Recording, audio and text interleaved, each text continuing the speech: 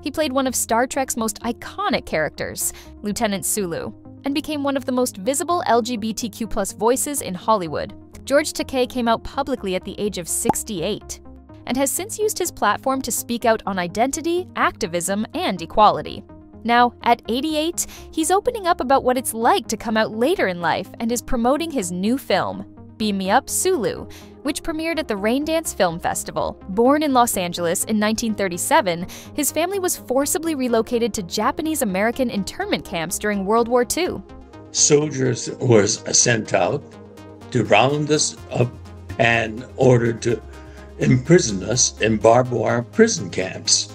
After studying theater and serving in the military, Takei struggled to find roles in Hollywood, where Asian actors were often sidelined. My father pointed out to me, look at the depiction of Asians on television and in the movies. They're all stereotypes. I said, Daddy, I'm going to change it. Everything changed in 1966, when he was cast as Lieutenant Hikaru Sulu on Star Trek. What is this, Mr. Sulu?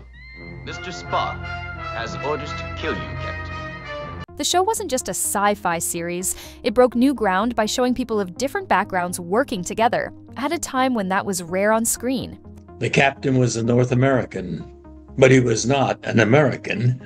He was a Canadian. The second in command was not even a human being. He was an alien. And there was an African-American officer on the bridge, and me, a Japanese-American, who during the Second World War grew up imprisoned.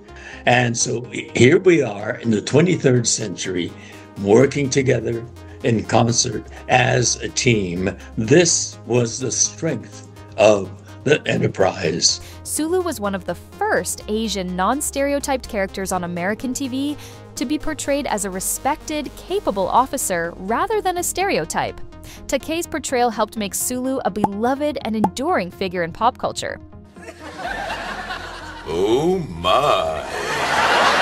Beyond Star Trek, Takei appeared in other films and TV shows, including Heroes and the cult classic Star Trek, the animated series. His voice and presence have continued to resonate with fans across generations. You are not worthy of this spot.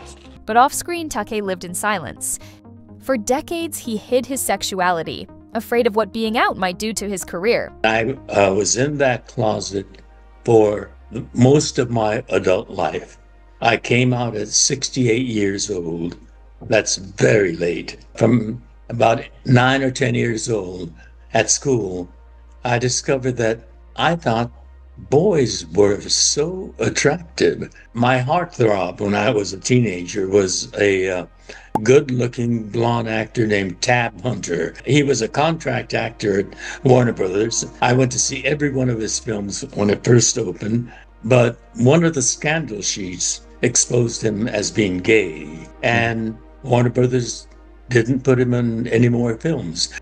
And there again was a lesson for me. You can't pursue an acting career and have the public know that you're gay. If you're gay, you don't get cast. And so I decided I'm not going to let people know. Today, he speaks out against anti-LGBTQ+ legislation, and now he shares what finally pushed him to take that stand. The Senate and the Assembly passed the marriage equality bill. It needed one more signature, that of our governor, who happened to be Arnold Schwarzenegger at that time. And the bill came to the governor's desk. When it landed there, he proved himself to be a true right-winger. He vetoed it.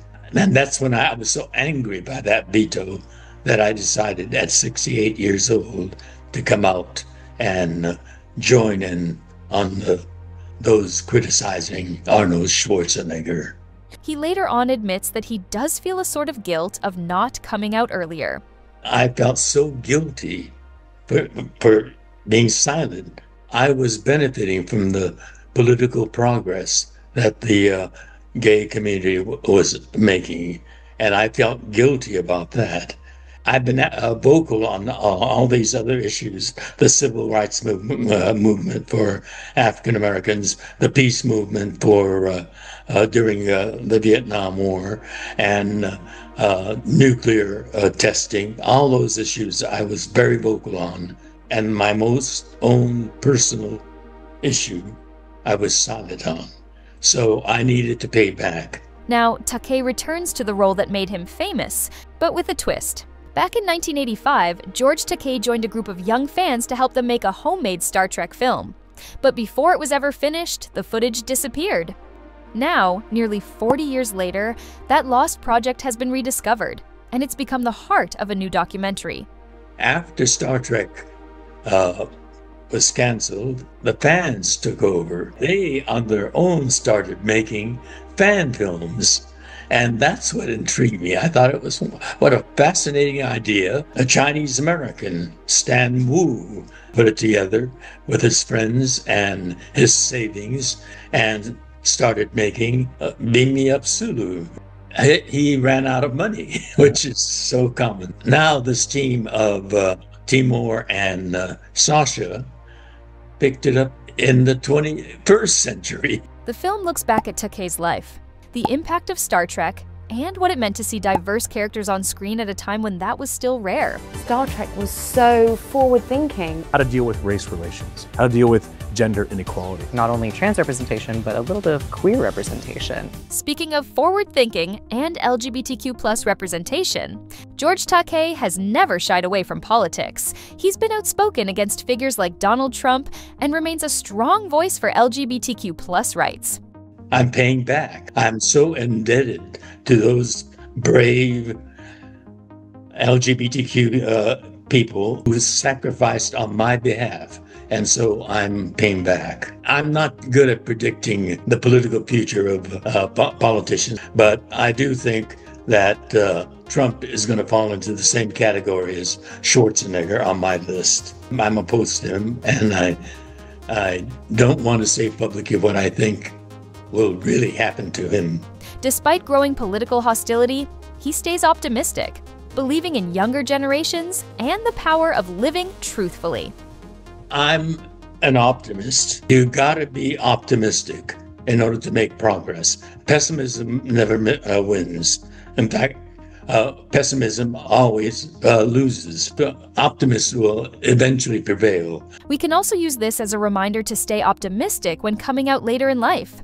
Similar to George Takei, other well-known figures have shared their own journeys on their own terms, like Jodie Foster, who publicly came out in her 50s, Victor Garber at 63, and Sir Ian McKellen, who publicly came out at 49. McKellen, best known to many as Gandalf from The Lord of the Rings, has spoken openly about the challenges and relief that came with coming out. Did you find coming out publicly, was there any negative to it for you? None. No. I've never met a gay person who regrets coming out. George Takei is more than a Star Trek legend. He's an icon whose decision to come out later in life continues to inspire others to live openly. If you enjoyed this video, don't forget to like and subscribe, and tell us in the comments, will you be watching Beam Me Up, Sulu?